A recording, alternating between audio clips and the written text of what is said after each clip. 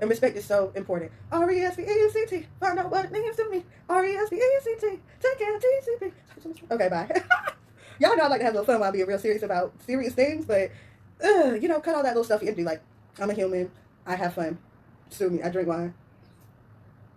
Respect. And I respect people. Oh, it's and a man. So, hey, everybody. Make sure y'all subscribe to my channel. Hit that thumbs up. And turn on that notification bell. Let's get right into a parlay for long enough. So I want to come and talk to you guys and share a little bit about what's going on with Solidarity&Co by Mo. You already know. So let's get started. First of all, I wanted to share with you the book that I'm currently reading, which is called Sting Like a Bee. Muhammad Ali versus the United States of America, 1966 to 1971. So this is pretty much one of the most controversial periods of Muhammad Ali's life. And it's essential to talk about it because it is pretty, paramount and really foreshadows the events of today. Now, we all know that Muhammad Ali was a great boxer, probably one of the greatest boxers ever. I'm going to say the greatest boxer ever. That's just my personal opinion. But the way that history has written him is pretty much as being this great activist, this guy who refused to subscribe to societal norms, who bust through boundaries and exceeded the status quo. Because of that, though, he ended up being targeted by the U.S. government. And some will say, oh, it's a fair thing. But it is no coincidence, let's just say, that the most active, loud black person at the time gets drafted into the war. Right. During this period, there is the Vietnam War going on, and there's a massive draft going on. There's so much resistance going on in America because nobody agrees with America being in Vietnam, period. And because they needed all these people to fight this war that nobody in America really agreed with, the draft was formed. Muhammad Ali initially took the test to see if he qualified, and this test said he did not qualify.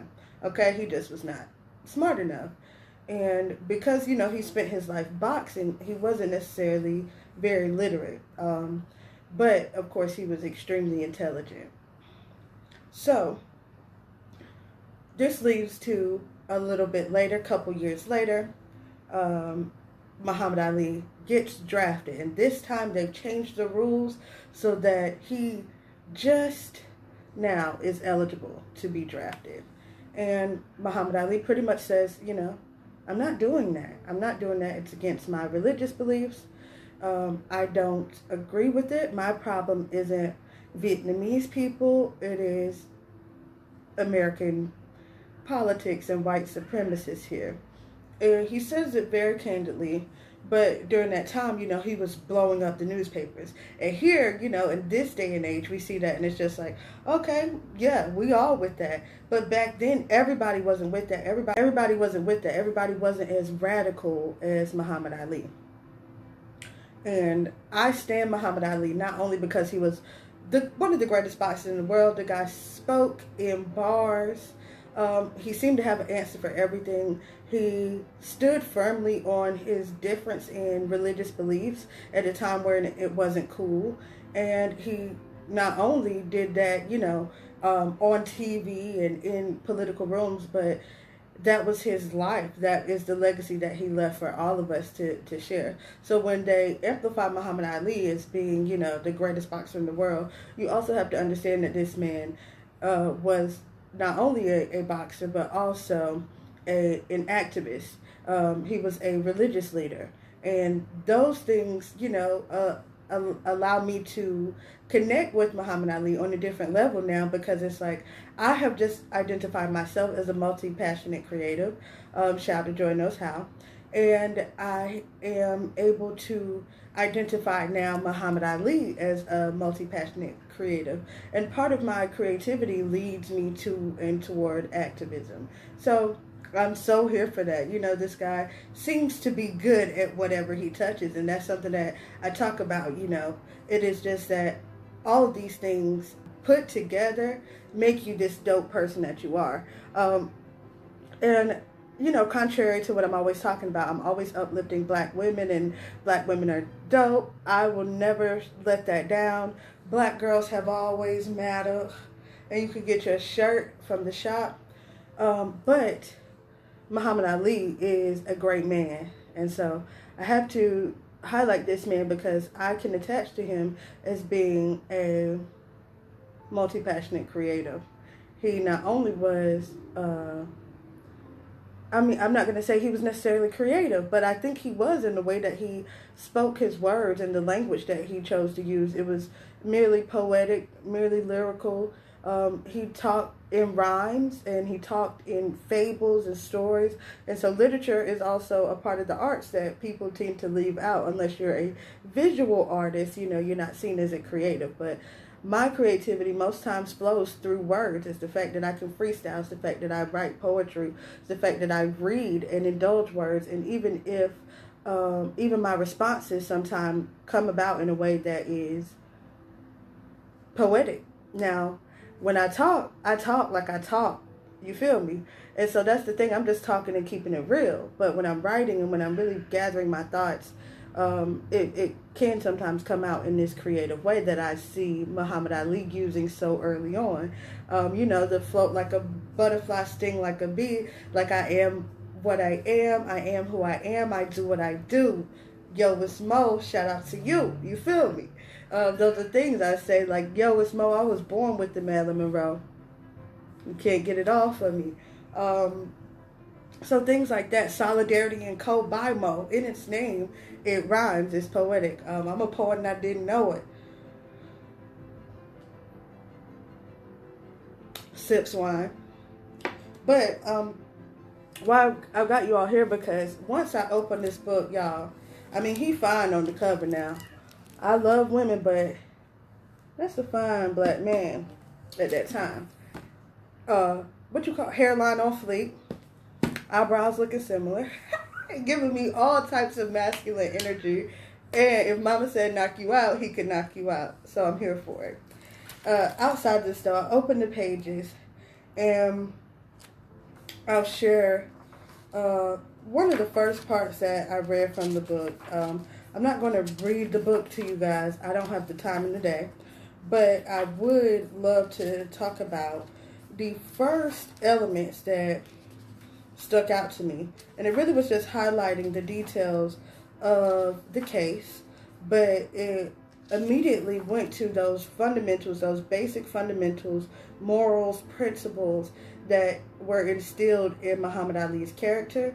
And I shared them on Instagram with you all. And I want to keep that kind of energy going. You know, when I come before you, I'm not coming with, you know, this dry, condescending, trying to be better, or that I know more than you. My thing is that I really want to have a joint conversation and see what other people think. I live for feedback. I live to chat. But it's also important to just share. And I think a lot of times people gather and hoard information, but they're not willing to share. And so when they come to you, it's just like, oh, well, you didn't know this. And my kind of energy is just like, did you know this? And if you knew this, let's talk about it, you know, and let's talk about it in a way that now everybody knows and it's not foreign information anymore. But I'm also committed to delivering it in a way that's cool. Like, I don't have time to be bored. I don't want to be dry, just like, just like other people don't want to be dry. So I'm not here for dry delivery of history, which is sometimes the only way you can get it. But when you get it from Yo, it's Mo, you're going to get it with a little bit of energy. Now, my motto for this week came from this book. The motto for the $80 million Muhammad Ali Center was be great, do great things. And so that stuck with me and that stood out to me. And I think that's going to be, the name of this video once it's shared on YouTube. Be great, do great things. That doesn't require that you are perfect. It doesn't require that you do perfect things, but do great things and be great. And that is in your essence. And I may not, look the way you want me to look or sound the way you want me to sound, but what I'm doing has a purpose, and its purpose is to lead me toward greatness, period. So we'll move on to the 6 core principles which were attached to the $80 million Muhammad Ali Center, which was, made in his honor. Mind you, another thing that I want to point out that makes Muhammad Ali completely stand out is because he's originally from Louisville, Kentucky. His museum is in Louisville, Kentucky. Imagine being this progressive and then going back home to Louisville, Kentucky. Even in 2020, honey, you don't want to stop in Kentucky too many times, It's certain cities in Texas that you don't want to stop to, And so that's how the energy that I got. Like, this guy was progressive, even though he was from a place that was, and probably due to the fact that he was from a place that wasn't progressive at all, to say the least. So what really stuck out to me were the 6 core principles they talked about in this book, Muhammad Ali versus the United States of America, 1966 to 1971, Sting Like a Bee by Lee, Leigh Montville. And the 6 core principles are as follows: confidence, conviction, dedication, giving, respect, spirituality. Those 6 core principles, I think, are what you can find common within any great leader in American history, period, and world history, period. When you stand for something, you're not going to fall for anything. And so the first principle that we talk about is confidence. So being confident is something that a lot of people struggle with, because it is human nature to second guess yourself or to doubt yourself. But the definition of confidence I'm going to share with you is the belief in oneself, one's ability, and one's future. So it doesn't require that you have the perfect self-awareness or the perfect abilities to align with whatever it is that you're expecting for your future, or that you create this perfect future. The point is that you believe in those things. You believe in yourself, you believe in your abilities, and you believe in your future. Now, that doesn't mean that you're always going to deliver. You can believe that you can fly, but if you are Kelly,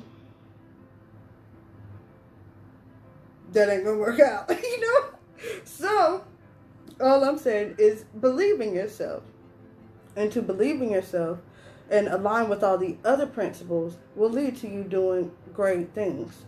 In order to be great, you must first believe in yourself, and then you'll really be able to believe in other people. They say, in order to fill other people's cups, you first have to fill up your own pitcher.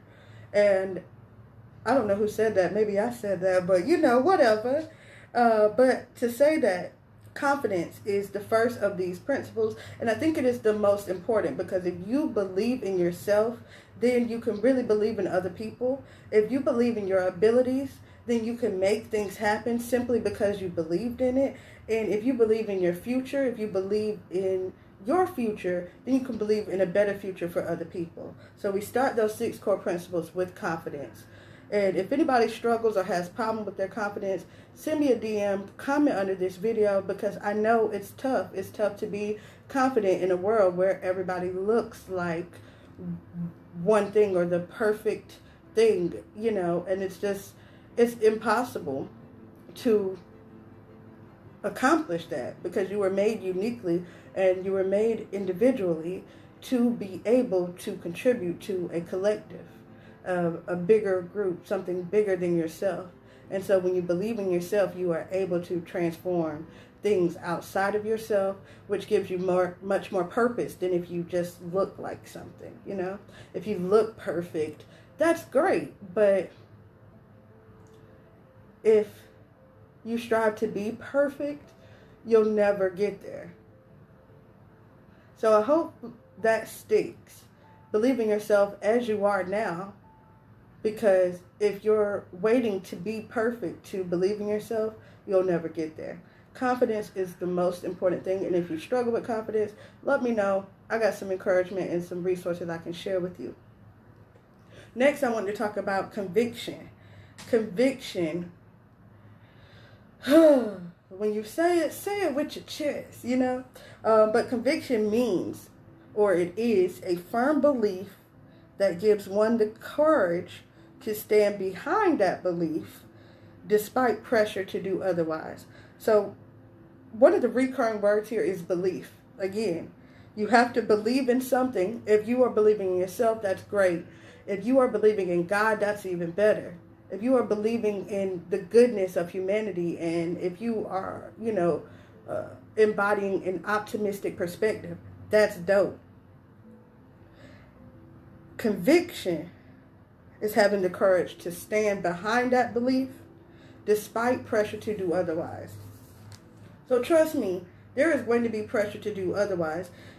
While I'm trying to be as positive and, great as I can be, you trying to live your best life, and people or things, life in general, tries to sideswipe you with that. There's something petty going on over here. There's something to distract you from that. But the conviction is standing firmly behind those beliefs. Even when those things come, even when the wind blows, you stand firm. And to have that conviction, you have to do that despite the pressure to do otherwise. People want you to do otherwise. Things in life drive you to do otherwise. And then sometimes, we find that we realize that we've lost our way. You used to be this person that stood firmly on your things, and now I ain't really standing for nothing. Well, you can always come back. When you have confidence in yourself and your abilities and your future, you have to reaffirm that confidence, and that's your conviction. So even though you might have messed up, we all do, because nobody's perfect, remember? But the conviction is standing firmly on that belief and saying, hey, even though I messed up, I know what my beliefs are. I'm going to go back and stand firm in that despite the pressure to do otherwise. I may have, you may have fell into that pressure, but don't stay there.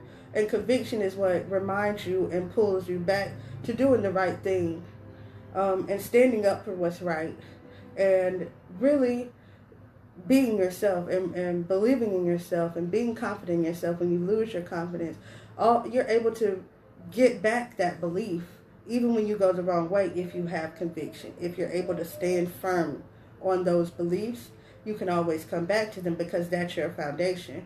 And sometimes you lose your footing, but I want to encourage you, especially if you have, to regain your footing. You may have been really into the Black Lives Matter movement in June, and now that we are in November, honey, you are back, minding your business. Well, my point here is to get you guys back engaged, and to remind you that, it's not over. There's still more that we can do. There are still ways that we can engage. I want to make it easy, and that's my conviction. My conviction is that I have a firm belief in doing the right thing. I have a firm belief in this Black Lives Matter movement. I have a firm belief in people's ability to change politics. That sounds good when I say it. Let me say that again. I have a firm belief in people's ability to change politics. And I'm able to stand firm on that belief because I believe in myself, I believe in my abilities, and I believe in my future. So those are the first two. Now we're going to move on to dedication, because that's what it requires to really do the work, is you have to be dedicated. You may in June have been all in. In March, you were so over it. But now in November, it's like, oh, well, I got to do this, I got to do that, and things distract us. But when you are dedicated, dedication is the act of devoting all of one's energy, effort, and abilities to a certain task.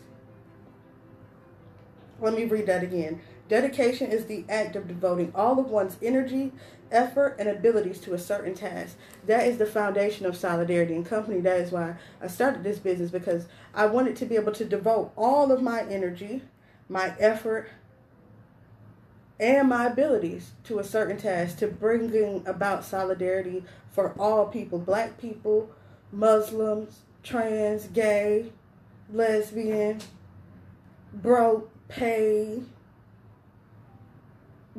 all those subgroups: disabled, differently abled, deaf, everybody that is oppressed, is not treated equally, and is a human.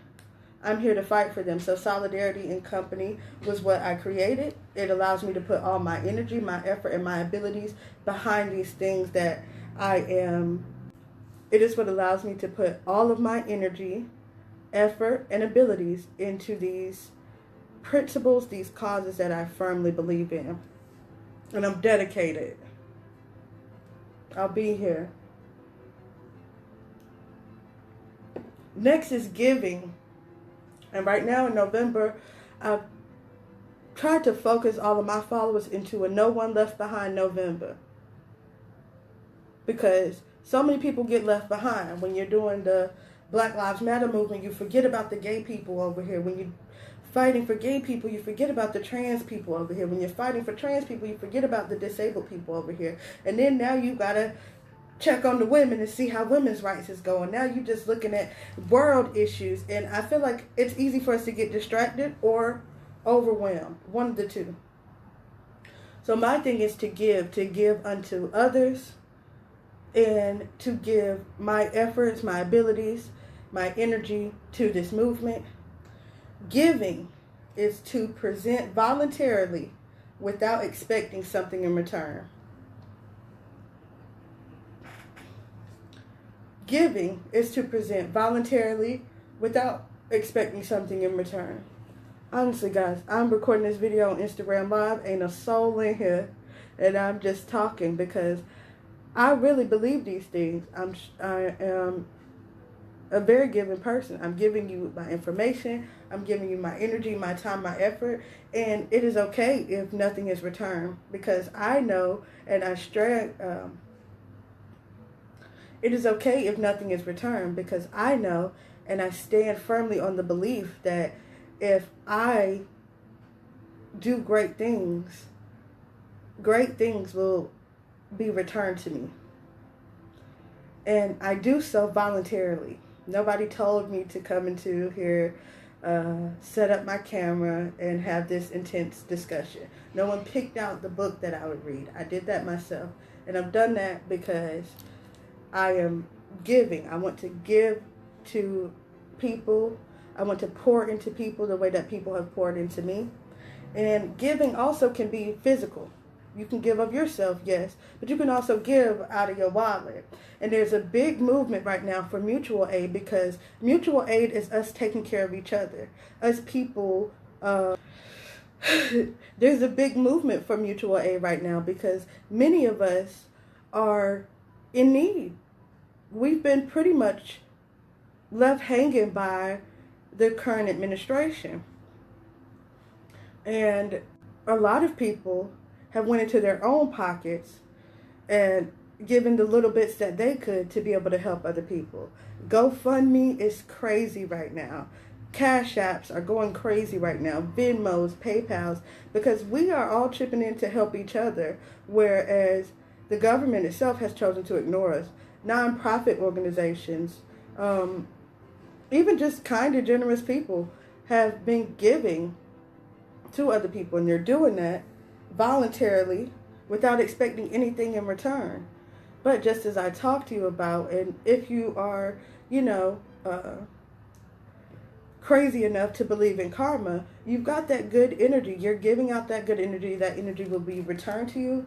But to be giving, to be willing to give of yourself without getting anything in return, is also to embody the spirit of Muhammad Ali. He talked and he spoke the way he did. He went in and fought, and he talked like he was the baddest MF in the world, period. But, he gave everything that he had to his fights, to his people, and even his legacy continues. His trend of giving into today. So, dedication. If you're going to do things, stay dedicated. Have conviction, confidence, believe in yourself.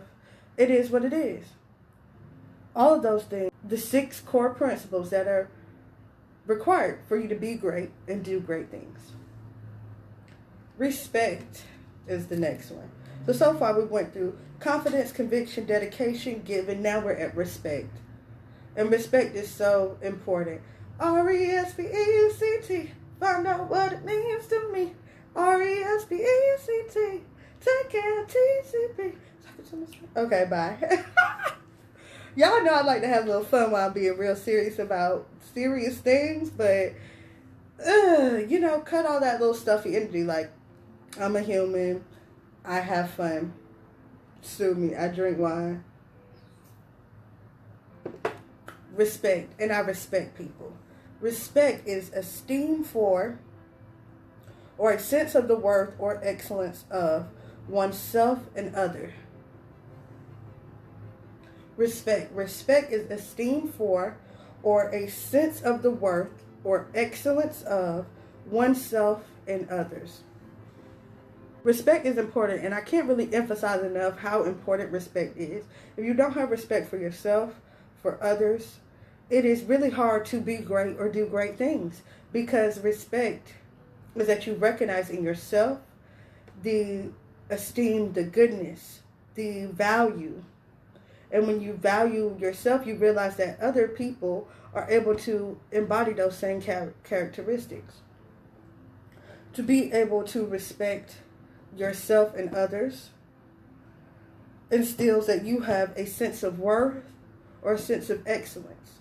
So to say that, you are excellent or that you are valued and you don't have respect is a bit of an oxymoron, because the two will most definitely clash in your life in one way or the other. Your disrespect for people will come back to you, or your disrespect for yourself will start to harm yourself. So with that being said, respect is one of the essential principles, and it's also attached to giving. When you respect people in their situation, you're able to give without wanting anything in return. When you are dedicated to something, it's basically a respect for what it is that you believe in. When you have conviction and you show confidence, it is that you are respecting those beliefs that you have, and you do so with the belief in yourself and the belief in your future and your abilities. That is the respect for yourself. But when you have all those things gelled together, now you're able to respect other people and pour into their cups from your pitcher. Spirituality.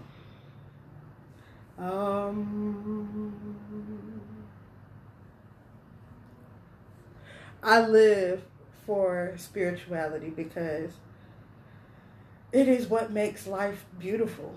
I think when your spirit just aligns and you feel that feeling that it's right, that it's for you, that what you're doing has meaning, it's a beautiful thing. Spirituality. It's a sense of awe, reverence, and inner peace inspired by a connection to all of creation and or that which is greater than oneself. I'm going to read that again because that's powerful. Spirituality is a sense of awe. Like, how you say something is awesome? It's like you're just in awe at the way things work. You're amazed by it. You can't even believe it, even though it's happening. It's a sense of awe, reverence, and inner peace. When you have a certain spirituality, you're at peace with a lot of things. You know that the work that you're doing, you can do so voluntarily. You can do so with conviction and with confidence, because that inner peace, that spirituality, teaches that through karma, it'll come back to you. Teaches that through Christianity, being a blessing to others, God will give blessings to you. It teaches that, Allah will be kind to you. It teaches that you are connected to all things in creation. You are a creation made by God. That is what also attaches to your confidence. When you know that whatever it is, every freckle on your face is where it's supposed to be, because I know my Creator ain't made no mistake on me. India Ivory. Ooh, that rhyme on my point. I didn't know it. I told y'all. But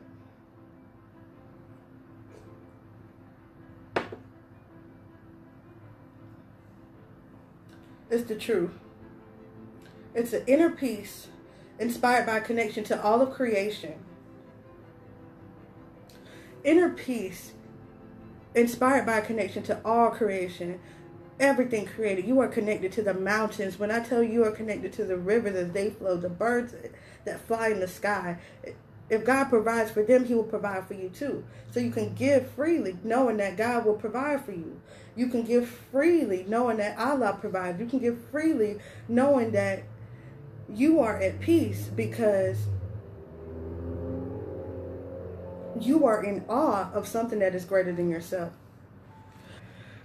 And when you believe in something greater than yourself, you have everything you need to encompass the 6 core principles.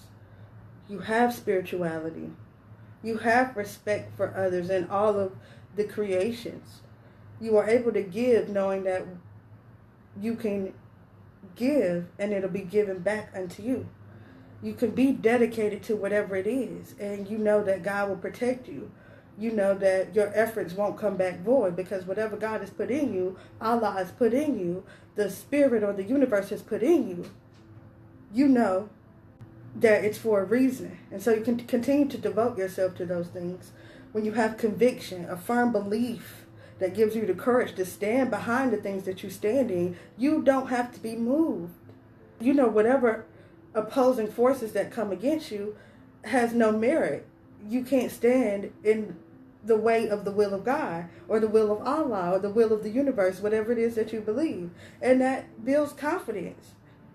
You know that whatever you do, whatever you believe, if it aligns with the message of your spirit, if you're doing things peacefully and in order, there is something to be given unto you.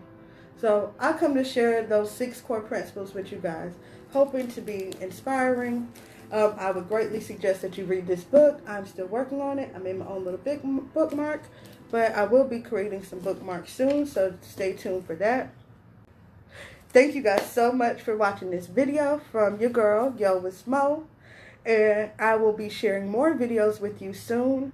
I really appreciate all of your support. Please go check out Solidarity&co.com. That's my newest website, which I've recently launched. I've got all types of merch, goodness available, and you guys are more than welcome to check it out. We'll have some Black Friday specials coming.